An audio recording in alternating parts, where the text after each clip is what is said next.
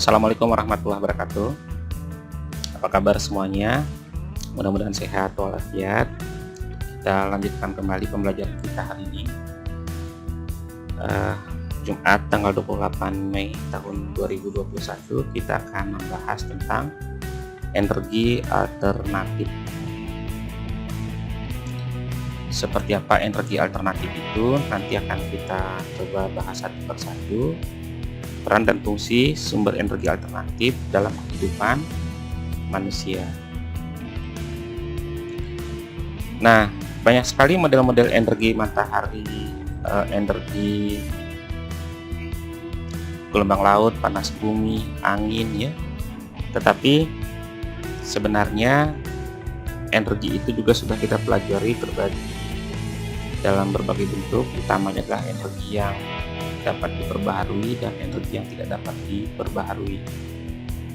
Kemudian sebagai bagian dari kebutuhan terhadap energi, ilmu pengetahuan dan teknologi mengembangkan berbagai cara agar ada alternatif sehingga kita bisa merubah ketergantungan kepada energi fosil yang selama ini menjadi andalan dalam pemanfaatan sumber energi. Matahari merupakan sumber energi terbesar bagi bumi. Energi matahari dapat berupa energi panas dan energi cahaya. Yang keduanya dapat langsung kita manfaatkan. Jadi energi cahaya matahari membuat bumi menjadi terang di siang hari sehingga kita tidak perlu menyalakan lampu. Energi matahari membantu proses fotosintesis pada tumbuhan. Energi cahaya matahari juga bisa dimanfaatkan oleh manusia sebagai energi alternatif untuk mobil dan pemanas air di rumah dengan memanfaatkan sel surya atau solar cell. Tetapi juga banyak sekali fungsi energi matahari itu bagi pengeringan ikan, bagi petani garam, mengeringkan pakaian. Tetapi kalau kaitannya dengan energi, biasanya digunakan sebagai pembangkit energi listrik melalui penerapan sel surya sebagai penyerap panas.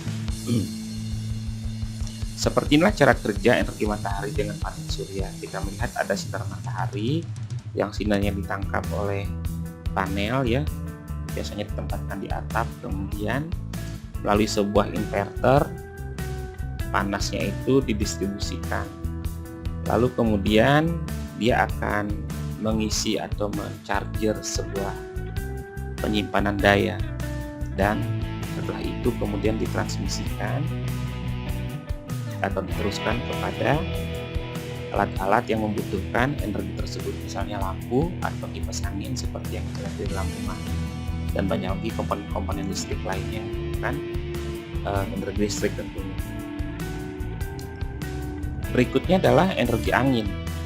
Energi angin atau tenaga angin sudah dimanfaatkan manusia sejak dahulu untuk menggerakkan perahu layar misalnya, atau menggerakkan kincir angin. Tenaga angin dimanfaatkan untuk menghasilkan listrik dengan menggunakan alat aerogenerator yang dipasang di lapangan terbuka. Semakin banyak aerogenerator yang digunakan, semakin banyak listrik yang dihasilkan. Nah, selama ini yang kita kenal dengan negeri kincir angin itu seperti Belanda, mereka memenuhi kebutuhan listriknya dengan membuat banyak sekali kincir, di mana kincir itu menggerakkan sebuah generator listrik dan kemudian daya listriknya bisa digunakan untuk keperluan rumah tangga dan keperluan lain. Seperti apa cara kerjanya? Mari kita lihat. Seperti ini, kincir angin dengan tenaga angin. Jadi kincir ini berputar, kemudian dia dengan satu mekanisme tertentu akan menggerakkan sebuah generator listrik yang kemudian menghasilkan daya listrik. Kemudian berikutnya adalah energi air. Energi air ini biasanya digunakan sebagai sumber energi, aliran air yang banyak dan deras yang akan menghasilkan energi listrik yang besar. Biasanya ini digunakan melalui aliran air terjun yang sengaja didesain pada sebuah waduk, di mana kemudian bagaimana merekayasa debit airnya menjadi semakin kencang sehingga bisa memiliki daya yang besar untuk memutar sebuah turbin. Air yang dibendung dialirkan melalui terowongan yang menurun. Aliran air tersebut memutar turbin yang dihubungkan dengan generator listrik. Generator yang berputar akan menghasilkan energi listrik. Seperti inilah contohnya. Kalau di Indonesia banyak sekali pembangkit listrik tenaga air, salah satu contoh yang besar ada di Jatiluhur ya. Seperti apa visualnya kita lihat seperti ini. Nah, ini ada aliran air yang memutar generator, kemudian generator ini akan menghasilkan daya listrik. Ilustrasinya seperti ini, dan ini akan kemudian dibuat dalam skala besar ya. Jadi sederhananya seperti ini bentuk visualnya. Kemudian energi gelombang laut. Ombak laut adalah energi terbarukan yang bersumber dari ombak laut yang digunakan untuk menghasilkan listrik. Energi listrik dihasilkan dengan memanfaatkan gerakan naik turun dari ombak laut sebagaimana dilansir dari Britannica ya. Untuk membangkitkan energi listrik, platform yang digunakan untuk mengubah energi ombak menjadi energi listrik adalah turbin atau pelampung. Biasanya itu paling banyak itu adalah turbin. Jadi arus laut yang maju mundur itu kemudian menggerakkan sebuah turbin seperti dayung sampan ya. Kalau ilustrasi yang lain adalah mesin jahit yang diinjak oleh si penjahit maju mundur atau ke atas ke bawah, kemudian akan memutarkan sebuah mesin.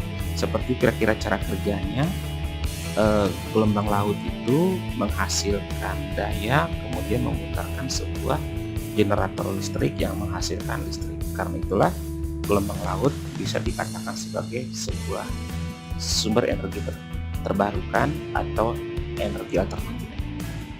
Seperti ini contohnya. Nah, ini ada air laut yang menuju daratan, kemudian di dalam laut itu, di permukaan laut ya, tetapi di dalam air dipasang sebuah turbin. Ketika arus deras itu menuju daratan, menuju pantai, dia akan memutar baling-baling, demikian juga sebaliknya. Jadi maju mundurnya gelombang laut akan menyebabkan perputaran generator akan berlangsung secara kontinu. Kemudian geotermal atau panas bumi. Energi panas bumi atau geotermal. Panas bumi dapat digunakan untuk menghasilkan listrik. Uap panas bumi akan memutar turbin akan memutar generator sehingga menghasilkan listrik. Kalau dulu ilustrasinya ada pada kereta api uap ya. Kereta api uap itu biasanya kalau kita lihat ada kereta diisi air, lalu di dalamnya itu banyak batu bara yang digunakan untuk memanaskan air ini sehingga uapnya digunakan untuk memutar turbin. Seperti apa ilustrasinya kita lihat seperti ini ya. Jadi ada panas bumi yang ditampung dari bawah ya, dari inti bumi sana, kemudian dialirkan panasnya itu untuk memanaskan air, lalu uapnya itu akan memutar turbin akan memutar generator, kemudian generator akan menghasilkan daya listrik yang disalurkan ke pengguna. Kalau kita lihat di sini ada gambar sebuah atau banyak gedung yang diterangi dengan menggunakan energi geotermal atau energi panas bumi. Berikutnya adalah energi biomasa. Ya, biomasa adalah sebuah istilah yang digunakan untuk menyebut semua senyawa organik yang berasal dari tanaman, budidaya alga, dan sampah organik. Pengelompokan biomasa terbagi menjadi biomasa kayu, biomasa bukan kayu, dan biomasa sekunder. Jadi di sini kita lihat sisa pemotongan kayu, ranting kayu, ubi ya, ubi kayu, sagu, kemudian sekam, jagung, kelapa sawit, dan jarak. Jadi setiap tumbuhan yang berminyak itu bisa dijadikan sebagai energi biomasa, sumber energi biomasa. Demikian juga dari sisa-sisa makanan ya, hewan atau sampah-sampah yang sebenarnya akan bisa berubah menjadi sebuah energi biomasa ya. Kira-kira seperti itu penggunaan energi dan sumber-sumber energi alternatif yang selama ini sudah dikembangkan oleh para sehingga bagaimana ketergantungan terhadap energi fosil ini bisa terus diminimalisir atau malah jangan sampai lagi ketergantungan itu semakin besar kepada bahan bakar fosil, karena bahan bakar fosil merupakan salah satu sumber energi yang tidak bisa diperbarui. Oke, sahabat pembelajar semua, demikian sedikit pengantar atau penjelasan tentang energi alternatif. Mudah-mudahan bermanfaat. Terima kasih atas perhatiannya. Assalamualaikum warahmatullahi wabarakatuh.